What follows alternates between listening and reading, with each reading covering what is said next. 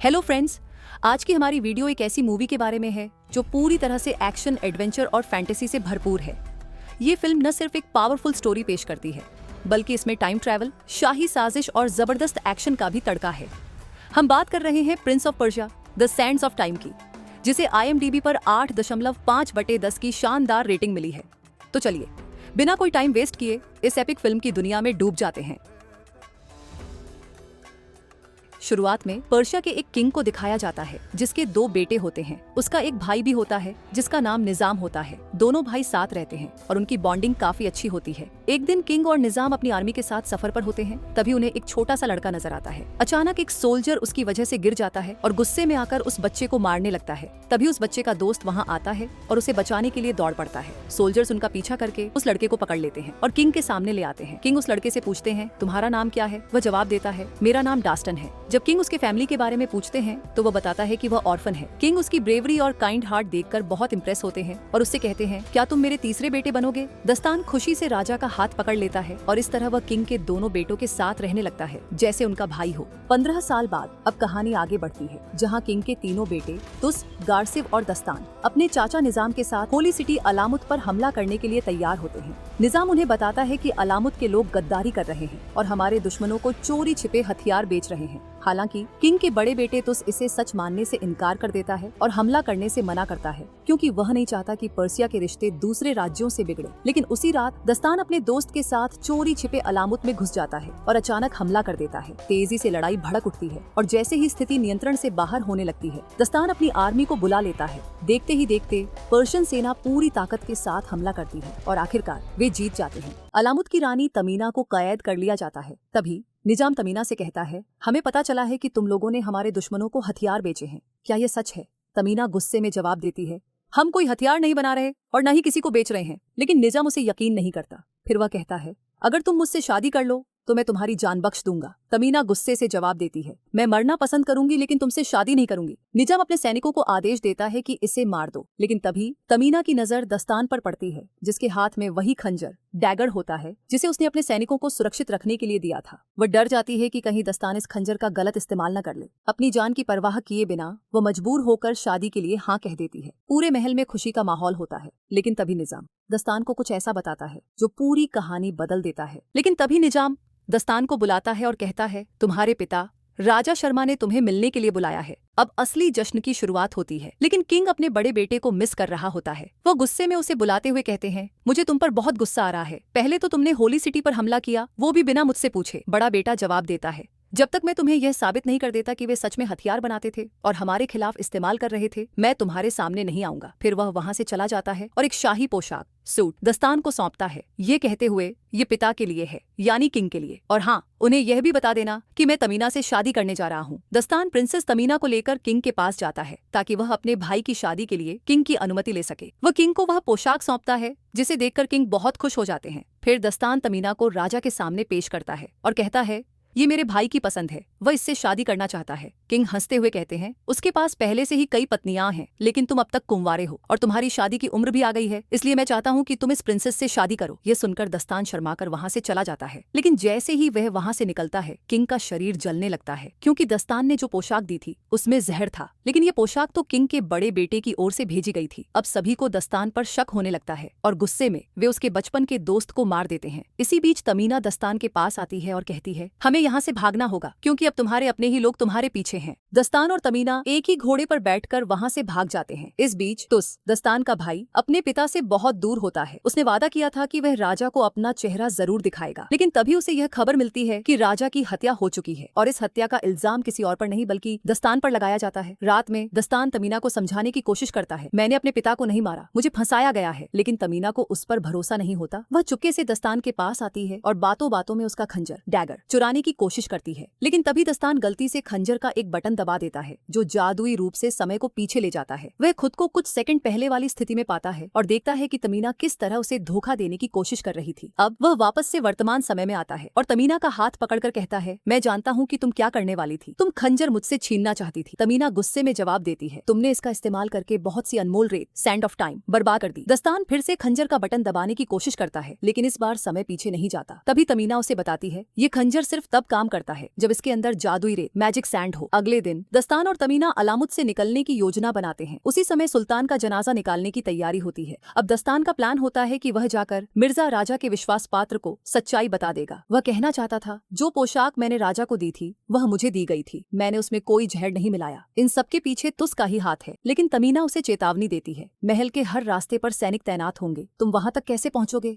दस्तान तमीना को बताता है कि उसे एक गुप्त रास्ता पता है जो गुलामी की घाटी से होकर गुजरता है और उन्हें व्रत तक पहुंचा सकता है। दोनों इस घाटी से सफर करने लगते हैं। रास्ता लंबा और कठिन होता है। तभी तमीना थक कर कहती है, मुझे प्यास लगी है। दस्तान उसे बताता है कि हमने पिछली बार बहुत पहले पानी पिया था, अब हमारे पास पानी की एक भी बूंद नहीं बची। तभी तमीना अचानक गिरने का नाटक करती है। जैसे ही दस्तान उसे बचाने के लिए पास आता है, तमीना जमीन पर पड़ी एक बड़ी हड्डी उठाकर दस्तान के सिर पर वार कर देती है। दस्तान बेहोश हो जाता है और तमीना खंजर डैगर ऑफ टाइम लेकर वहां से भाग जाती है। कुछ देर बाद जब दस्तान को होश आता है तो वह देखता है कि गुलामी की घाटी के कई लोग उसे घेर कर खड़े हैं। वे उसे बंधक बना लेते हैं और अपने सरदार शेख अमर के पास ले जाते हैं। शेख अमर का दाहिना हाथ सोको बेहद खतरनाक होता है और चाकू चलाने में माहिर होता है। दस्तान को पता चलता है कि तमीना ने उसके साथ धोखा किया है, इसलिए वह शेख अमर को एक डील ऑफर करता है। तमीना के पास ढेर सारा सोना और गहने हैं, अगर तुम लोग मेरी मदद करो और उसे पकड़ने में मेरी सहायता करो तो वो सारा खजाना तुम्हारा हो सकता है। शेख अमर इस डील में दिलचस्पी दिखाता है, लेकिन वह दस्तान को चेतावनी देता है, अगर तुमने भागने की कोशिश की या चालाकी करने की कोशिश की तो मैं तुम्हें अपने खंजर से मार दूंगा। अब पूरी टीम मिलकर तमीना को ढूंढने लगती है। कुछ समय बाद वे तमीना को पकड़ लेते हैं और उसे अपने कब्जे में ले लेते हैं। अब दस्तान के पास फिर से खंजर आ चुका होता है, लेकिन इसी बीच शेख अमर तमीना की जान के बदले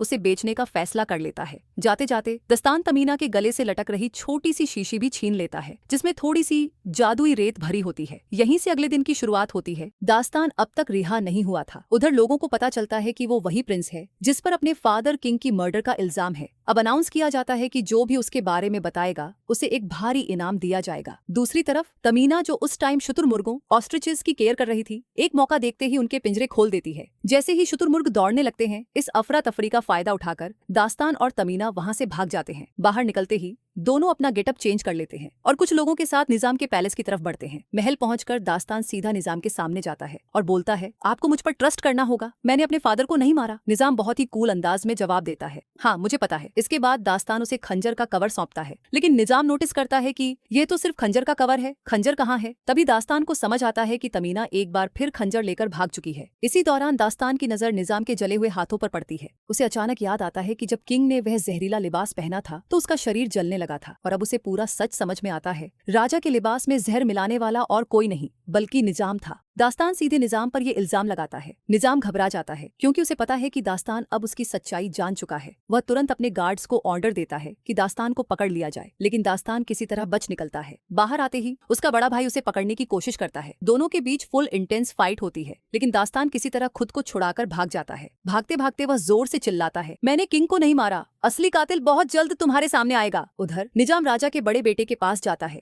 और उसे बहकाने की कोशिश करता है। वह कहता है, दास्तान मुझे मारने आया था, क्या पता वह तुम सबको भी मारना चाहता हो, उसे फौरन पकड़ लो। लेकिन राजा का बड़ा बेटा पूरी तरह निजाम की बातों पर यकीन नहीं करता। ये देखकर निजाम सीधा एक डेंजरस क्रिमिनल गैंग के लीडर के पास जाता है। मुझे तुमसे एक काम करवाना है, मुझे वो खंजर वापस चाहिए, और दास्तान भी। अब वह गैंगस्टर दास्तान को ढूंढने निकल पड़ता है। दूसरी तरफ दास्तान भी तमीना की तलाश में होता है। जब वह उसे पकड़ लेता है तो खंजर वापस ले लेता है। दास्तान गुस्से से पूछता है, तुम इस खंजर को क्यों लेना चाहती हो, इसमें ऐसा क्या खास है। तब तमीना उसे खंजर का रियल सीक्रेट बताती है। निजाम इस खंजर की मदद से टाइम में पीछे जाकर हिस्ट्री को चेंज करना चाहता है। अगर वह कामयाब हो गया तो वह अपने भाई की जगह खुद किंग बन जाएगा। वह आगे कहती है, अगर तुमने ये खंजर उसे दे दिया होता तो ये बहुत बड़ा ब्लंडर होता, हमें इसे जल्द से जल्द उसकी असली जगह पर वापस रखना होगा। अब दास्तान को पूरा सच समझ में आ चुका था। अब सब क्लियर हो गया। वह कहता है, मैं तुम्हारी हेल्प करूंगा। इसके बाद दास्तान और तमीना मिलकर इस खंजर को उसकी असली जगह पर रखने के मिशन पर निकल पड़ते हैं। सफर लंबा था और दोनों काफी थक चुके थे, तो उन्होंने सोचा कि पास के तालाब में थोड़ा आराम कर लें और अगले दिन फिर से अपनी जर्नी कंटिन्यू करें। लेकिन तभी अचानक शेख अमर